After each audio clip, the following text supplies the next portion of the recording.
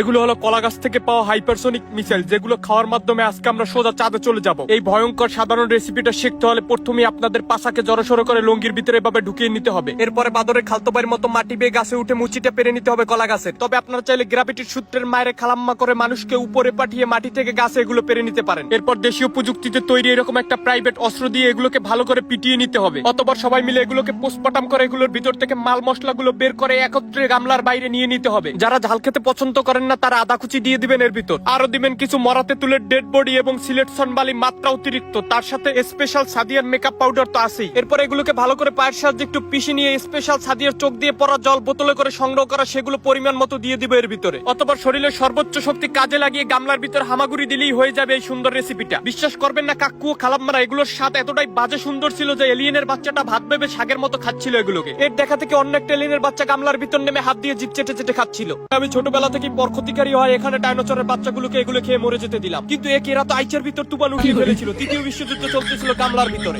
tin ভাঙা, লোহা ভাঙা, প্লাস্টিকের চেয়ার ভাঙা, ডাম ভাঙা, টাং ভাঙা, বিটকিস ভাঙা, লাকিস ভাঙা, মোবাইল ভাঙা, সাদা লাইট, কালা লাইট, দাদা লাইট, লাল লাইট, চোখের লাইট, ও সাডিসের একটা লাসাবি, লাকিস, বিটকেস, suitcase, ceiling fan, table fan, কাঁচা ফ্যান, ও সাবার